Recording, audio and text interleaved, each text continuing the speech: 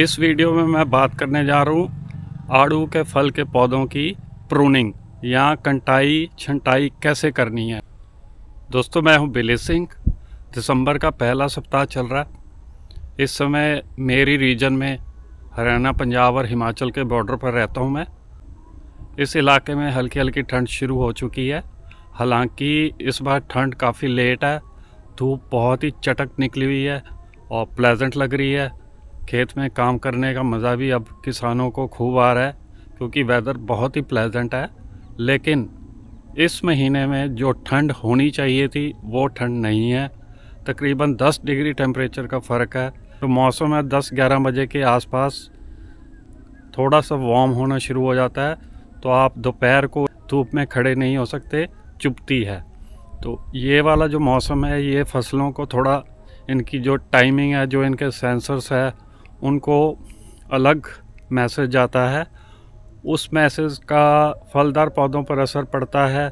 जैसे मेरे यहाँ एक जामुन का पेड़ है, उस पर फ्लावरिंग आनी शुरू हो गई है। एक पौधे मैंने लुकाट के लगा रखे हैं, तो एक पौधे के ऊपर जो लुकाट का उसके ऊपर भी फ्लावरिंग आनी शुरू हो गई है। वो भी दिखाता हूँ आप लोगों को कि मौसम जब सही ना चल रहा हो, जो मौसम का मिजाज है जैसे सदियों से चलता आ रहा था, अगर वैसा नहीं चलता तो फसलों के ऊपर उसका कुप्रभाव पड़ता है।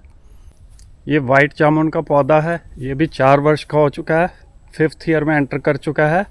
ग्रोथ अच्छी है इसकी, लेकिन मौसम की मिजाज की वजह से इसका भी मिजाज बिगड़ गया है। ये देखें, ये फ्लावरिंग शुरू हो गई है पूरे जामुन के ऊपर। हालांकि ये फ्लावरिंग इसकी मई के आसपास शुरू होती है, लेकिन दिसंबर के पहले हफ्ते में ही मौसम गर्म चल रहा है। धूप आपके सामने है, सूरज देवता जी खूब चमक रहे हैं और 1 बजे के आसपास काफ़ी गर्म सा मौसम हो जाता है। तो पौधे जो हैं वो कन्फ्यूजन स्टेज में आ जाते हैं। ये देखें, फ्लावरिंग वाइट जामुन के ऊपर काफ़ी फ्लावरिंग आ चुकी है इसके ऊपर, मौसम के बदलाव की वजह से। 6 महीने पहले मैंने लगाया था ये लुकाट का पौधा, इसके साथ का एक वो सामने खड़ा है, तो इसके ऊपर देखें यहाँ भी फ्लावरिंग आ गई है। तो ये मौसम जो बदल रहा है, जो दिसंबर में भी हमारे नॉर्थ इंडिया की बेल्ट में अभी भी थोड़ा सा दिन में गर्माहट है, उसकी वजह से ये फ्लावरिंग शुरू हो गई है। ये मेल फंक्शनिंग है। पौधों को बेचारों को मैसेज मिल रहा है कि मौसम बहुत बढ़िया है। जैसे मार्च के महीने में आता है तो फ्लावर निकलने शुरू हो जाते हैं। तो अब इसको यहाँ से क्लिप कर देना। ये जो फूल लगे हुए हैं इसको काटना पड़ेगा, अदरवाइज़ पौधे को जो रॉन्ग मैसेज मिला है ये और फ्लावरिंग शुरू कर देगा।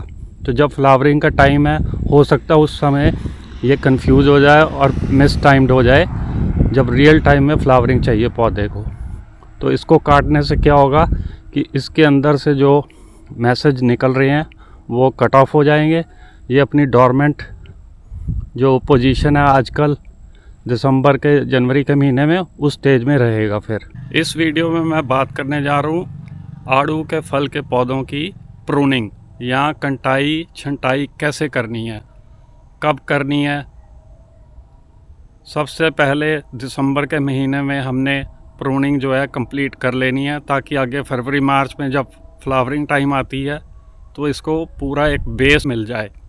तो कटाई क्यों करनी ज़रूरी है? अगर आपने ज़्यादा फल लेना है आजकल की बागवानी में, जब आप खासकर सघन बागवानी करते हैं तब, और दूसरा जितने भी टहनियाँ अनप्रोडक्टिव होती हैं, मोटी हो जाती हैं ज़रूरत से ज़्यादा, उनको भी काटना ज़रूरी है।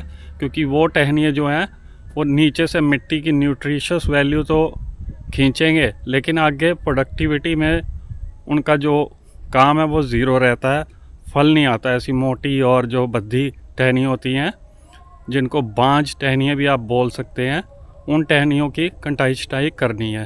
तो अभी मैं दिखाता हूँ कि मेरे 4 वर्ष के जो आड़ू के पौधे हैं वो कैसे दिखते हैं, कितने बड़े हो चुके हैं, और इनकी कटाई छटाई 4 वर्ष की आयु में कैसे करनी है। 5वें वर्ष में ये एंटर कर चुके हैं। तो चलिए देखते हैं ये कैसे दिखते हैं। ये पौधा है आड़ू का। इस समय इसके ऊपर से सारे पत्ते झड़ चुके हैं। थोड़ा सा गर्म मौसम की वजह से यहाँ से देखें, ये ऑफ शूट्स जो हैं थोड़ी सी बडिंग स्टेज में आ चुकी हैं। ये गलत चीज़ है, रॉन्ग मौसम होने की वजह से। तो इसकी हाइट तकरीबन है इस समय 14-15 फीट ऊंची, और इसकी फ्लावट भी काफ़ी अच्छी हो रखी है। लेकिन इन पौधों की अब कटाई छटाई करनी पड़ेगी। जो फालतू की बड़ी हो रखी हैं टहनियाँ मोटी मोटी इस टाइप की, ये देखें बहुत बड़ी टहनी हो चुकी है, ये मोटी भी है, तो इसका साइज़ रिड्यूस करना पड़ेगा। और जो ये बेढंगी टहनियाँ इधर से उधर लटक रही हैं इनको साफ़ करना पड़ेगा। और जो लंबी लंबी टहनी होती हैं इनका भी साइज़ रिड्यूस करना पड़ेगा। अभी आपको पौधे दिखाता हूँ कि कैसे चल रहे हैं ये 5वें साल में। कुछ पौधे इधर लगे हुए हैं, सारे आड़ू की लाइन लगा रखी है मैंने, 7-8 पेड़ है मेरे पास। तो ये वाले पौधे की भी हालत ख़राब है इस बार। ये देखें, ये टहनी जो है गलत तरीके से नीचे को गिर चुकी है, तो इसको वहीं से काटना पड़ेगा इसके बेस से। और वो जो नीचे बड़े वाली टहनी है उसको भी बेस से उड़ाना पड़ेगा, क्योंकि ये यूज़लेस है। बीच में देखें कहीं भी टहनियाँ नहीं आई हुई हैं ढंग से, तो ये मोटी होती जाएगी। मिट्टी में जो न्यूट्रिएंट्स होते हैं उनको ईट करते हैं ये, तो वेस्ट जाता है। जो मिट्टी में खाद होता है वो ऊपर से भी हाइट रिड्यूस करूँगा, और जो लंबी टहनी है उनकी भी हाइट रिड्यूस होगी। प्रूनिंग करने के लिए ऐसे 2 औजार चाहिए आपको। एक तो ये प्रूनर है, कटर जिस बोलते हैं आम भाषा में, और एक ये छोटी मीडियम साइज़ की आरी। तो ये 2 ही टूल यूज़ करने हैं, कुल्हाड़ी वगैरह नहीं यूज़ करते कभी भी प्रूनिंग में। आरी तो चलेगी ऐसी मोटी टहनियों के ऊपर।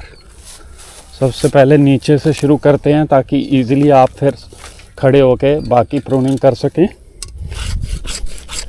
बिल्कुल इसकी बेस से आपने काटना है।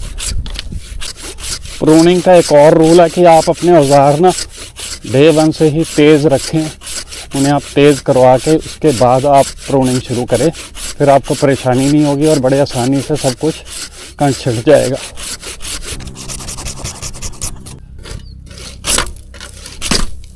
यहाँ प्रूनर यूज़ करना पड़ेगा। जितनी भी नीचे से झाड़ी नुमा टहनी है ये सब काट। अब ये वाली टहनी जो है ये भी नीचे को झुकी हुई है, धरती को छुआ हुआ है। वैसे भी अगर आपने ट्रैक्टर वगैरह निकालना है तो अड़चन आती है फिर खेत में, तो ये भी निकालनी बड़ी ज़रूरी होती है। मोटी टहनी काटते वक्त एक कट नीचे ऐसे भी लगा ले, ताकि यहाँ से जब ये टहनी कटेगी तो यहाँ पर ज़्यादा क्रैक्स ना आए। स्मूथली कट लगाना है। यहाँ पर देखें बिल्कुल स्मूथ कट आया, इवन, कहीं से क्रैक्स वगैरह नहीं क्रिएट हुए। तो ऐसे स्मूथ कटिंग करनी है प्रूनिंग करते हुए आड़ू के पौधों की। ये टहनी सही चल रही है, ऊपर को जा रही है, इसकी हाइट जो है वो रिड्यूस करनी है बस। ये सिंपल सा तरीका होता है, आराम से आप प्रून करें। अब यहाँ मिट्टी के पास जहाँ इसका पौधे का बेस बना हुआ है, यहाँ पर ये देखें झाड़ी नुमा बन चुका है। तो ये सारी जो टहनियाँ छोटी छोटी या थोड़ी मोटी भी आपको काटनी है।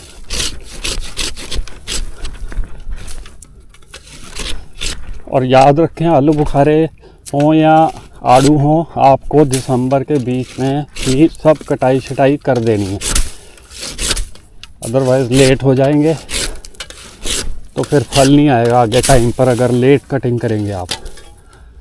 नवंबर एंड में भी आप कर सकते हैं प्रूनिंग, लेकिन कोशिश करें 20 दिसंबर तक प्रूनिंग जो है वो कंप्लीट हो जाए आड़ू के पौधों की या आलू बुखारे के पौधों की।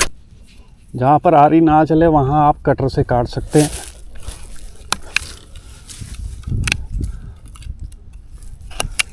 तो अब ये बेस जो है प्लांट का ये बिल्कुल क्लीन हो गया है, इसको क्लीन ही रखना है। ये जो मेन ब्रांच निकली हुई है यहाँ से इसकी हाइट रिड्यूस करनी है, ज़्यादा फैलने नहीं देना।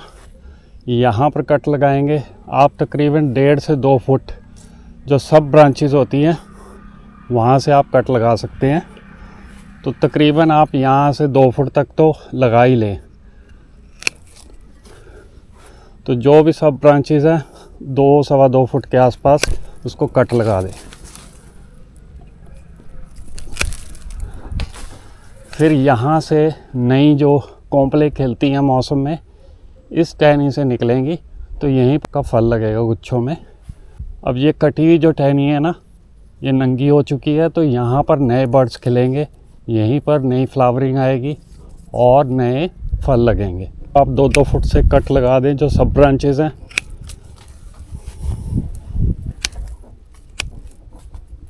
जहाँ पर ज़्यादा गुच्छे लगे हों उनको भी आप ट्रिम कर दें। ज़्यादा गुच्छा नहीं आने देना टहनियों का, फिर वो झाड़ी नुमा वहाँ एक इनका अलग ही ग्रुप बन जाता है जहाँ पर फल भी कम आता है। तो ये आसान सा सिंपल सा तरीका है, बस टाइमिंग आपने ध्यान रखनी है कि दिसंबर के महीने में इसकी प्रूनिंग कर देनी है। ऑलराइट दोस्तों, इस वीडियो से आप लोगों को थोड़ा सा आइडिया मिल गया होगा कि आड़ू के जो पौधे होते हैं इनकी प्रूनिंग कैसे करनी है। तो नेक्स्ट वीडियो में मिलते हैं, तब तक के लिए टेक केयर एंड बाय।